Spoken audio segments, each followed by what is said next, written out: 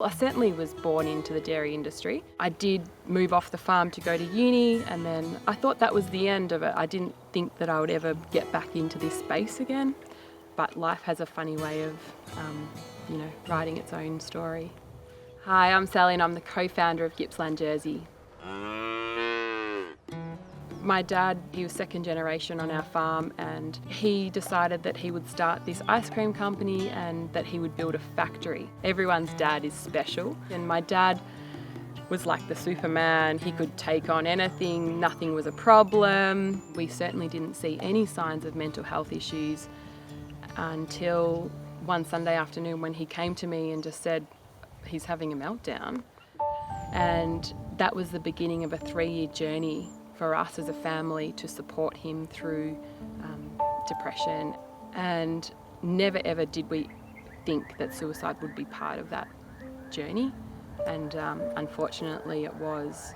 Dad passed away, and then a couple of weeks after that, stuff happened in the dairy industry and the crisis broke. We begin with Australia's milk scandal. Aussie dairy farmers have had their livelihoods destroyed. It was a story we all heard about. Supermarkets were slashing the price of milk and pushing our farmers to crisis point. Right? Wrong. The consumer and competition watchdog, the ACCC, investigated the 2016 crisis and found supermarkets had nothing to do with it. The ACCC did not obtain any evidence that supermarket pricing, including $1 per litre milk, has a direct impact on farmgate prices. Meaning, regardless of whether farmers' milk is sold in an expensive branded bottle or a cheap supermarket one, they get paid the same. That's because dairy farmers are paid by processors, not supermarkets. There's about 10 major milk processors in Australia and hundreds of smaller ones. They're like a middleman between the dairy farmer and the retailer. We get paid on a milk solids basis, so the fat and the protein and how much we produce.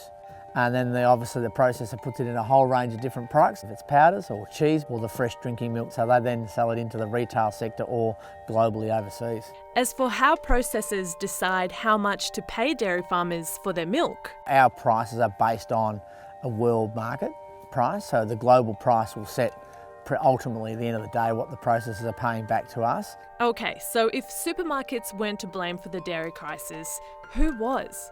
This is gonna sound nuts, but Russian President Vladimir Putin? Good evening. 28 Australians are among 298 people killed when a Malaysia Airlines plane was shot down over rebel-held territory in Ukraine. When Russian-backed soldiers gunned down Malaysian Airlines flight MH17 in Ukraine, Australia was one of several countries to whack sanctions on Russia.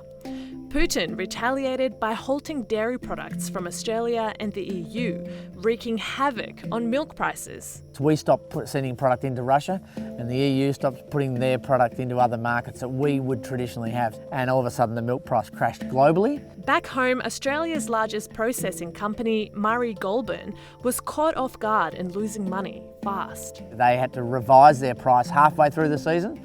So basically we were given a price at the start of the year. We bought hay and we bought grain, and we'd set up our business on that price. And then halfway through that season, that price was revised and downtrained. Another major processor, Fonterra, followed suit.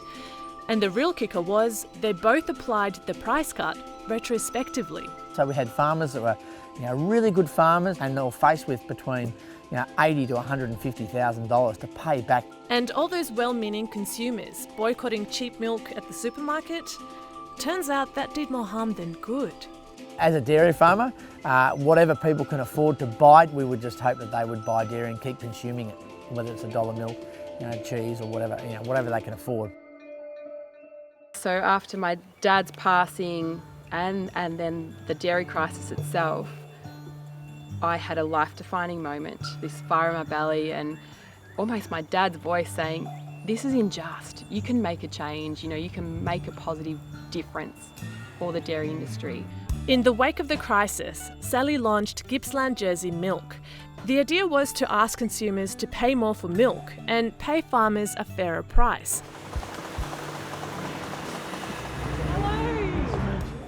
Since our journey started, we've had a number of dairy farmers ring us and say, oh, geez, I'd love to put my own milk in a bottle as well. I think everyone was a little bit down with how the milk companies were treating us. So we decided to, I suppose, take matters into our own hands and navigate our own future. But not everyone has been able to do what Sally's done. 1 in 5 dairy farmers are making plans to leave the industry. And the drought is making things worse, especially in Queensland and New South Wales. The federal government is responding by pushing the big supermarkets for a 10-cent a litre levy on milk. The push to put a drought levy on milk is gaining momentum. Federal Agriculture Minister David Littleproud has jumped on board. But just like the boycott, farmers say a levy might just be another distraction from the real problems they face. We want to make sure we're not just putting a band-aid on something.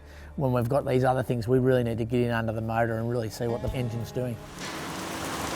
Sally reckons she has an answer to the power imbalance in the milk industry. Cut out the middleman entirely by becoming your own processor. By us processing our own milk, it hopefully means that we can rein in the price so that we can actually pass that extra profit on to farm. But building a processing plant isn't cheap, so Sally turned to crowdfunding, raising more than $100,000 from consumers ready to put a down payment on their milk. We really are blown away with the amount of support that we've had. For Sally, it means coming back to her father's farm and continuing his work. Where we're sitting now, my dad built this factory in 1980 and it's empty and it's set up beautifully for milk production. And here we are, we're going to give it a crack, and I guess it's quite overwhelming. It's not a small thing to start processing your own milk. I don't think our model would suit all dairy farmers. Oh, you need me to do a run? By creating a little milk brand doesn't solve any large-scale problems. It's just being a positive light in this situation. I think farmers like watching our journey. You know, we're probably just a bit of entertainment for them. Dad would be so proud. I really feel like he's with me on this journey and he would be freaking loving it.